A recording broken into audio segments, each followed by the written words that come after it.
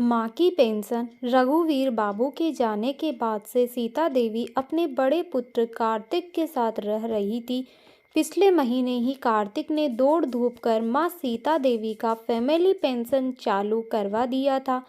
Pension चालू होने की खबर वह अपने छोटे भाई नयन को भी दे दिया था। लगभग 6 महीने बाद एक दिन अचानक नयन की पत्नी सीलू अपनी सास सीता देवी के पेंशन के बारे में नयन से पूछी। नयन बोला, 6 महीने पहले ही माँ का पेंशन भैया चालू करवा दिए हैं। यह सुन सीलू के मन में बेचैनी बढ़ गई। इसका मतलब है जेठ जी पिछले 6 महीने से सासू माँ का पेंशन अकेले डकार रहे हैं। यह तो ठीक बात नहीं है। आखिर नयन का भी उन पेंशन पर हक बनता है, मगर वह क्या करे। नयन को तो इसकी परवाह ही नहीं है और वह कहेगी तो व्यर्थ में बदनामी हाथ लगेगा।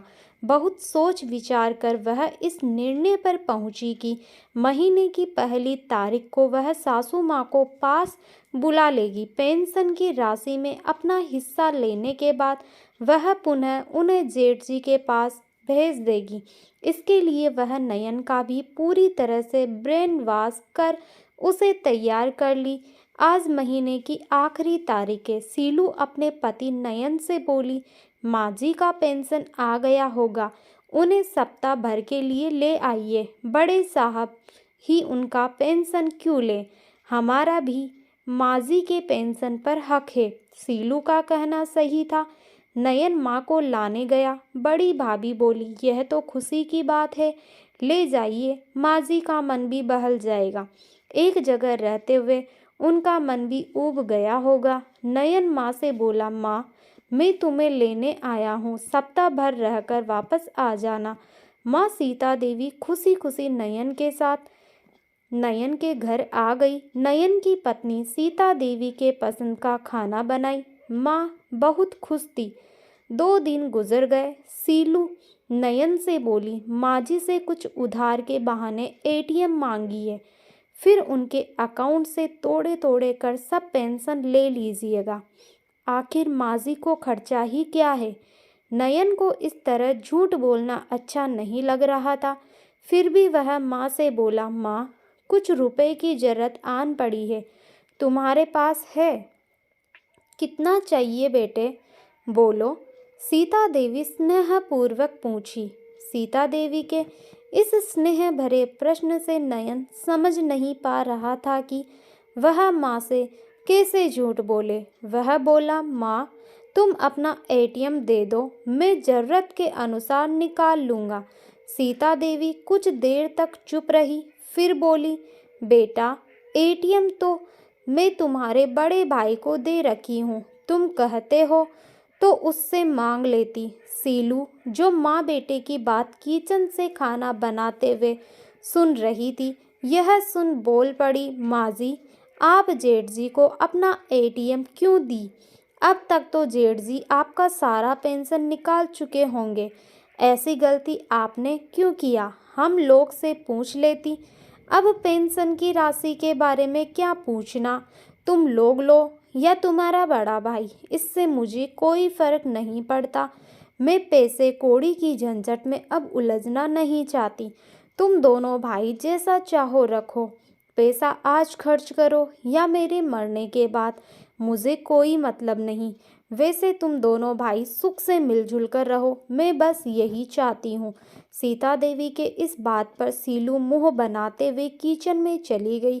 दूसरे दिन सीलू नयन से बोली, देखे जेठ जी कितने चालाक निकले, माँ जी का एटीएम अपने पास रख लिया। आप जेठ जी से कॉल कर पेंशन का हिसाब मांगिए। पत्नी के कथनानुसार नयन अपने भाई को कॉल किया।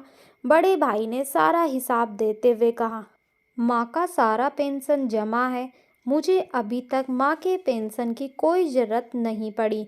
तुम चाहो तो माँ का पेंशन बुक, एटीएम सभी अपने पास रख सकते हो। भाई की बात सुन नयन विचार करने लगा। भाई को माँ के पेंशन में इंटरेस्ट नहीं है, माँ भी पेंशन देने को तैयारी ही है, तो फिर वह क्यों सीलू की बात पर झूठ का अपना ज़रूरत बता माँ से छल करने की कोशिश कर रहा है। वह सीलू से बोला, सीलू भैया सब कुछ देने को तैयार है, हम इतना लीचर क्यों बने? इसमें लीचर की क्या बात है? माँ जी पेंशन खर्च नहीं करती है, उनका पेंशन बुक और एटीएम हमारे पास ही होगा तो क्या होगा? बहुत अच्छा। और माँ कहाँ रहेगी? नयन पूछा। उन्हें जेठ जी के पास ही पहुँचा दीजिए। सीलू, सोचो कल हमारे बच्चे हमारे पेंशन के लिए हमारे साथ ऐसा ही व्यवहार करे तो हमें कैसा लगेगा? अरे जब माँ के पेंशन से भैया को मतलब नहीं है, माँ खुद जरूरत के अनुसार रकम देने को तैयार है, तो फिर हम ऐसा क्यों करें? भगवान का दिया सब कुछ है हमारे पास। अपनी सुख में हम अपनी माँ को शामिल करना नहीं चाहते, उनकी सेवा करना नहीं चाहते, लेकिन उनकी छोटी सी पेंशन पर इतना बवाल मचा रहे हैं। कल यदि माँ बीमार पड़ जाती है और उनके इलाज पर भारी खर्चा आता है और हमारे पास मोटी रकम ना हो तो उस समय उनका पेंशन काम आ सकता है। सोचो हम उन्हें कुछ दे नहीं सकते तो उनका छोटा सा पेंशन क्यों ले? नयन की बात से सीलू शर्मिंदा हो गई।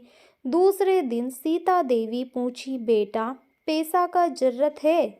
नयन से पहले सीलू बोली, नहीं माँ जी, पैसा का व्यवस्था हो गया है। अच्छा नयन, सप्ताह हो गया, मुझे भाई के पास पहुँचा दो। क्यों माँ जी, क्या आपकी सेवा हम नहीं करें? सिर्फ जेठ जी ही आपके बेटे हैं या नयन भी? लाड़ लड़ाती सीलू के अनुरोध से सीता देवी का मन गदगद हो गया। उन्होंने मन ही मन सोचा, सच उनके बेटे बहू लाखों में एक हैं।